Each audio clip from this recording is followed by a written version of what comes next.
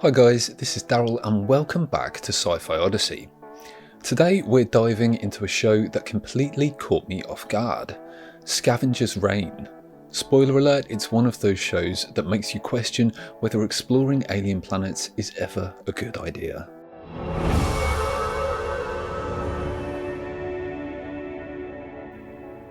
So here's the thing, I'm a pretty busy guy between work, cranking out these Sci-Fi Odyssey videos, reading and working on my super secret writing project. I have barely enough time to watch TV. It's pretty laughable. If my life were a graph, TV time would be this tiny little slither right here. And within that tiny slither, the time I spend on TV shows that are actually good, well, it's microscopic. But somewhere in that minuscule dot of TV time I stumbled upon Scavengers Reign, an animated sci-fi show on HBO Max that took me completely by surprise. I'll be honest, I wasn't really expecting much. I was fully prepared for the usual snooze fest where the only thing more predictable than the plot is how fast I'll fall asleep. I was bracing for a bunch of tired sci-fi cliches and bad pacing. I figured I'd watch for 10 minutes, cringe at the overdone tropes that vibe somewhere between Alien and Avatar, and then peace out with a good book. But in a plot twist, those first few minutes passed and suddenly I realised my jaded expectations were way off. I was in for something extraordinary, something that I definitely wasn't ready for. It's rare that a TV show grabs me by the throat and doesn't let go, even after I say the safe word. I wasn't prepared for the show to be as good as it turned out to be. I also wasn't prepared for the nightmare fuel or disturbing alien creatures and ecosystems. It's got survival, exploration, and some truly wild takes on alien life that'll make you look at the platypus and think, hey, maybe you're not that weird after all. Platypus. The story centres on a group of unlucky survivors whose space freighter takes a nosedive, sending them on a planet that's more what the actual frack than welcoming. As they scramble to survive and figure out an escape plan, they're constantly dodging the planet's bizarre and often deadly ecosystems. Honestly, the planet itself feels like one of the main characters. Think of it as the Hannibal Lecter of planets, because basically it really wants to eat you, probably with a side of fava beans and a nice Chianti. The animation style gives off major old school vibes like Star Trek animated series from the 70s, except with way more what the frack moments. The tone is eerie and enigmatic, focusing on the psychological and physical challenges of surviving in a strange, otherworldly environment that wants them dead. The first thing that smacks you in the face with this show is the world building, and not in the usual space is weird way. This alien planet is bizarre, unpredictable, and more than just a little terrifying. The creatures aren't just weird, they're downright unsettling. Everything from the plants to the animals takes your idea of life and twists it into something that makes you question how evolution even works. Some creatures are symbiotic, like maybe helpful, maybe parasitic, depending on the day. Others are just pure nightmare fuel, born out of a planet where survival is the ultimate game of try not to die. One of the standouts is Hollow, a frog-like creature with telepathic and telekinetic abilities. It has the ability to extrude a weird black goo which other creatures eat, turning them into its puppet thrall, which it then uses to bring it food. I know.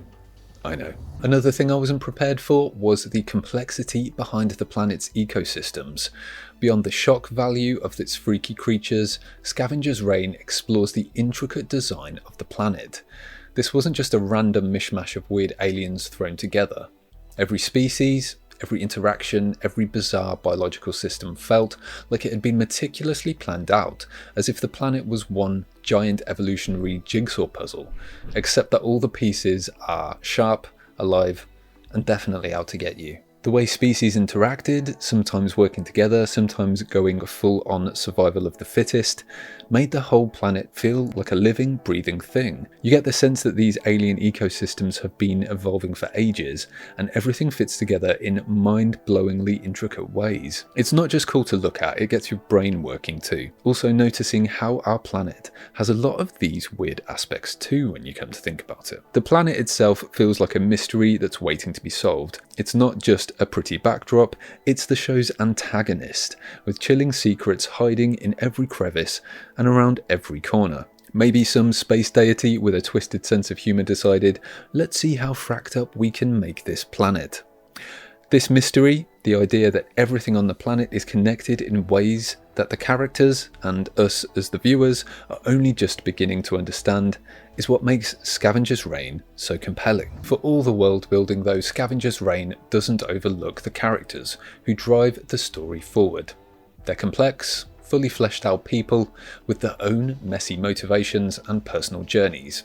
Each character feels relatable, flawed, desperate at times, but somehow finding the strength to keep going against the insane odds. Whether it's Cayman and his surprising connection with Hollow, or Levi the robot that's slowly figuring out what autonomy means, these relationships hit hard. They're real, relatable, and they're what keep you hooked to the story. They make you care about what happens to them, something I find really rare in TV these days. As you can see, beneath all the action and fight for survival, Scavengers Reign even managed to sneak in some heavy themes.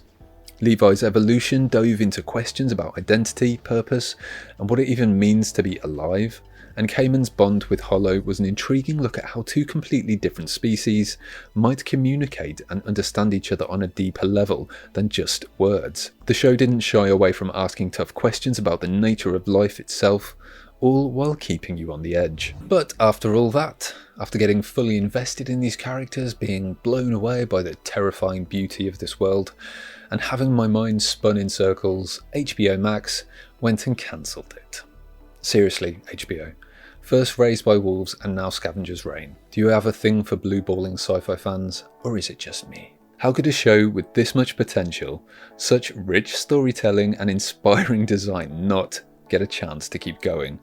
Scavengers Reign deserves way more than just one season. It deserves time to dig deeper into these mysteries, give us more of those characters, and maybe, just maybe, answer some of the mind-bending questions it raised. But nope. Instead, it's left tragically incomplete. Maybe. It's currently streaming on Netflix, with rumours that bosses are keeping an eye on the figures, with a mind to picking it up for another season if it does well. So there may be a slither of hope. In the end, I was not prepared for Scavengers Reign, and I'm still not prepared to let it go. Let me know what you think about the show in the comments below. Thanks for watching. Until next time.